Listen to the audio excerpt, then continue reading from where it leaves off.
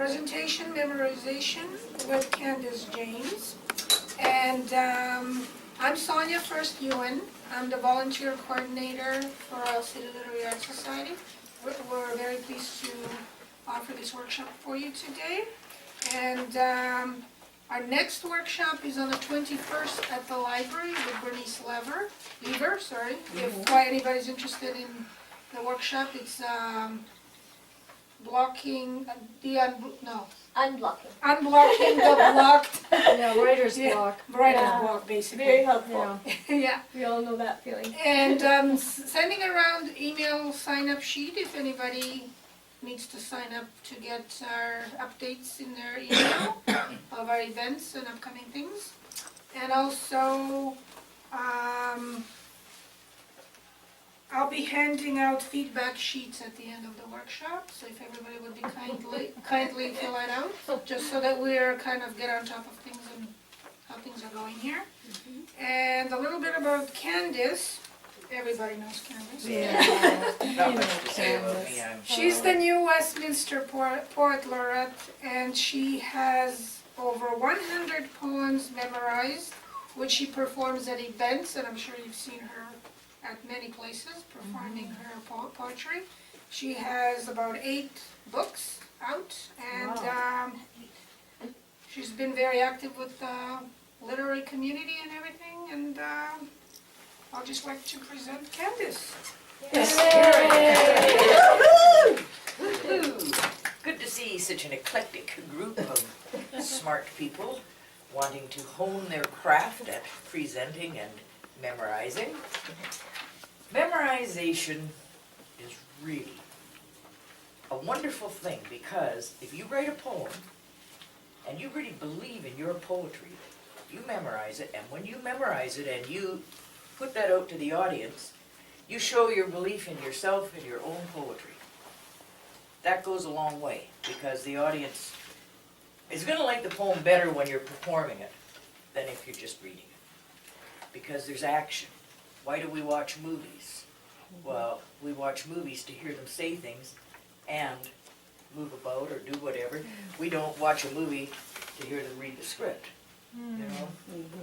And these things, they bring the poetry alive. So memorization really is about poetry, because we're not talking so much about fiction or nonfiction. There's too much to memorize with that. Now, to memorize, what do we need? Number 1, to fully focus. That's the main issue. Fully focus. No distractions. No telephones. Nobody saying, oh, did you see this?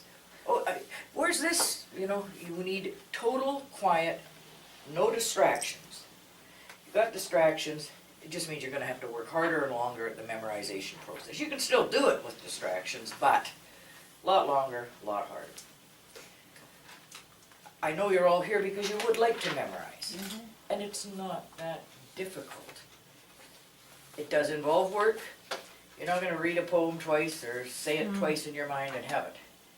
You're going to be looking at 10, 12, 20 times, maybe even 30. But you will have it if you stick with it and you do the work. It's like anything. You've got to do the work. You want a fence painted? You can't sit there and hope the paint lands up on the fence. You've got to do the work. You've got to stir the color. You've got to make it right. You've got to paint it on there. You've got to let it dry, take a look. Just like you're memorizing, and then you take a listen and you think, what was that line? Did I get that line right? See on your fence, your paint. Oh, there's a little area I missed. Work. Everything involves work. The more you do it, the better you get at it. Honestly, the more you memorize poetry, the easier it will become for you. And I'm not lying about that. It does become easier. Now, you need to eliminate as many distractions as possible. I don't know if you can turn your phones off. Most everyone's got a cell phone, so you can turn it off. I can't stress how important that no distractions is. It's just so really important. Everybody check theirs. And that's both external and internal, like daydreaming. You could be starting to do something, or even thinking, and you start drifting off. Geez, I wonder what so-and-so's doing. Remember when we did, that internal daydreaming is every bit as distracting as external noises, voices, telephones. So focus, tunnel vision. In your mind, you tunnel into one white light and you just do your memory work. Nothing else. Friends, and social media is a real bugger, you know, I mean, those emails and that Facebook, and, you know, they just seem to, come on, I should just check my email. I should, like even when Ken will say, well, we should go to bed, I say, yeah, I just gotta check my email. Then I gotta make sure that everything's okay on Facebook, I gotta check everything. No, why? We are slaves to it, you know? Yeah. I do that till midnight. Yeah, yeah, Yeah, and, yeah, that's a problem. now, I'm not sure if any of you have heard of Shakti Gawan. Yes. Yeah. I know. Yeah. I know her. She wrote a book years ago, a very, very, very powerful book called Creative Visualization. I think she was one of the first people that ever wrote that book, and it's amazing, you know, she doesn't really tell you how to memorize, but the creative visualization. So when after you got all your memory done and all that stuff, and you're gonna go and perform your poem, before you do it, you need to creatively visualize yourself doing it on that stage in front of that audience. You need to see that, and you need to see yourself being successful at it. Everything you see in your mind will outpicture itself. So if you see yourself failing, yeah, you will. You have to create the visualization within yourself, and just realize that you're going to do it the best you know how, and really, if nobody likes it, who cares? You like it.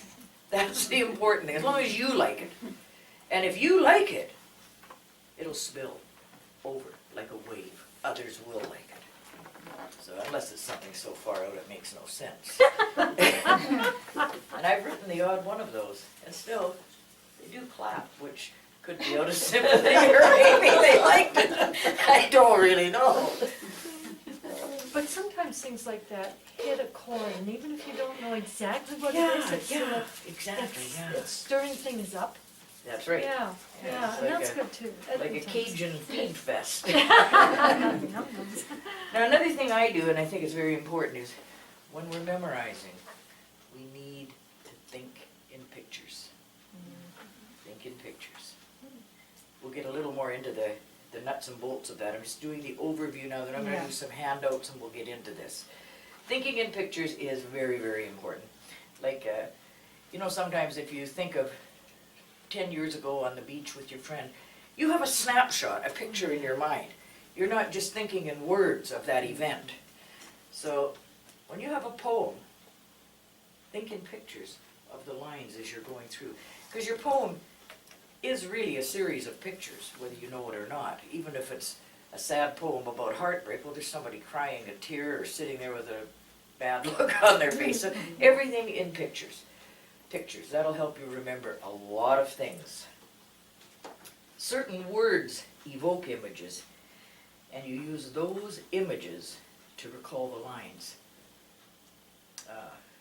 Say, the flag unfurled and ripped as the wind tore through it. Well, you're going to see that flag, you're going to see those images.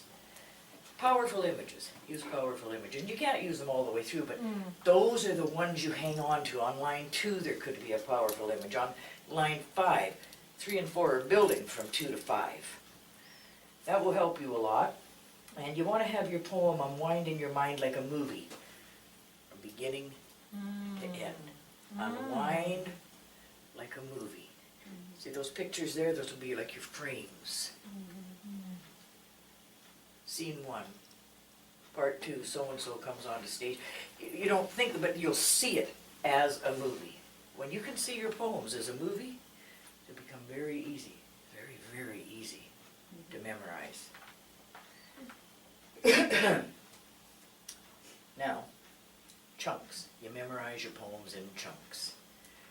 What I do, and I find this is the most easiest way for me to do it, when I'm writing my poems, I never usually take a poem and write it from beginning to end without breaks.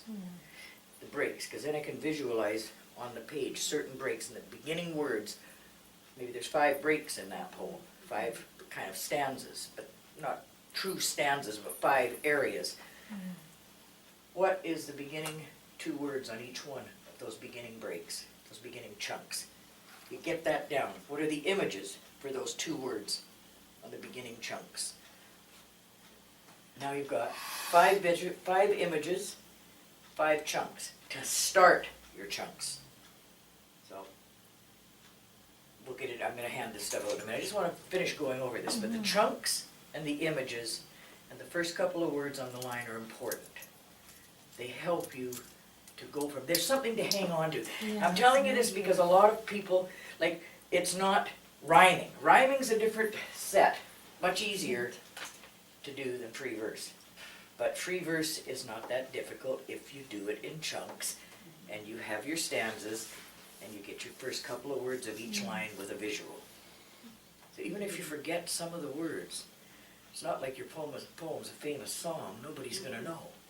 Yeah, they're not going to know if you make a couple of areas. As long as you keep the theme going and the movie unwinding, that's the main secret.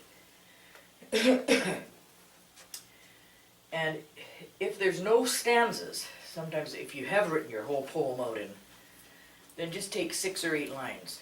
And do 6 or 8 lines at a time. Just draw a little line so you know that's as far as you're going to go. And then as you're memorizing, you take your first 6 lines, you memorize them. Run them over 10 times. Think you got it. Okay, you think you got it. All right. Okay, let's add 4 lines of the next 8. Get those 4. Now do your 6 and 4. Those 10. Run them, run them. Now you've got another 4 lines in the second stanza, which is line 8, 9, 10, 11, 12. Memorize those. Do 6 to 12. Then do 1 to 12. There's a lot of work involved in this, but you'll get it if you stick with it. And the idea is start memorizing short poems. That'll build your confidence, and it's just like get you conditioned. It's like it'll exercise your mind being ready for the memory. Just like jogging, you have to condition yourself. Well, you condition your mind starting with short poems. You don't get on a bike and ride 5 miles the first time you're going to